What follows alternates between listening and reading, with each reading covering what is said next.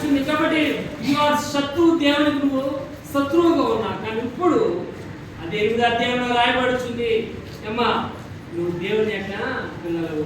1 యోహాను పత్రిక 3వ అధ్యాయము 1వ వచనం రాయబడుతుంది. చూడండి, పిల్లలకు దేవుడు మనకు ఎట్టి ప్రేమ అనుగ్రహించును అంటున్నాడు.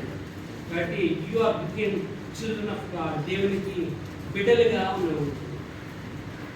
దేవుడు చేంజ్ యువర్ ఐడెంటిటీ, నీ యొక్క ఐడెంటిటీని మార్చేస్తాడు ఆయన.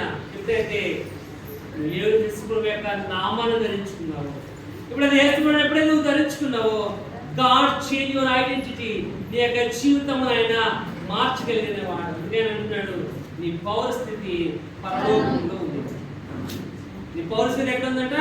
Your identity in heaven, your పౌరస్థితి పరలోకంలో ఉంది. ఇక్కడ ఈ లోకంలో ఉన్న వాటిలో దేనికి నువ్వు సంబంధమైన వ్యక్తి మాత్రము కాదు. యువర్ ఐడెంటిటీ ఇన్ హెవెన్, నీ యొక్క పౌరస్థితి పరలోకంలో యొక్క వాక్యభాగంలో రాయబడుతుంది.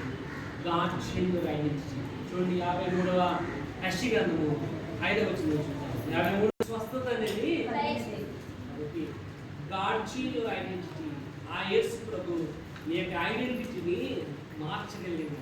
ఎప్పుడైతే నీ హృదయము, నీ కాళిగా ఎప్పుడైతే దేవుడు ఆయనతో పోరాడుతున్నాం కాదు, కానీ నువ్వు ఎప్పుడైతే పోరాడవో గాడ్ చేంజ్ యువర్ ఐడెంటిటీ, నీ యొక్క స్థితిని ఆయన మార్చగలిగింది.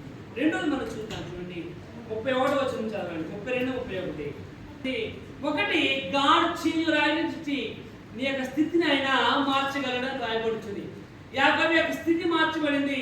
తన మోసగాడిగా ఉన్న తన స్థితిని పోరాడే స్థితిగా దేవుడు మార్చాడు. ఈ యొక్క వాక్యం నుంచి రాయబడిన ప్రతి ఒక్క వాక్యములో కూడా యాకోబు పేరుకు బదులుగా ఇశ్రాయేల్ అనే పేరు వాడబడింది. ఇశ్రాయేల్ అంటే దేవునికి ఇష్టమైన తనలో నుంచి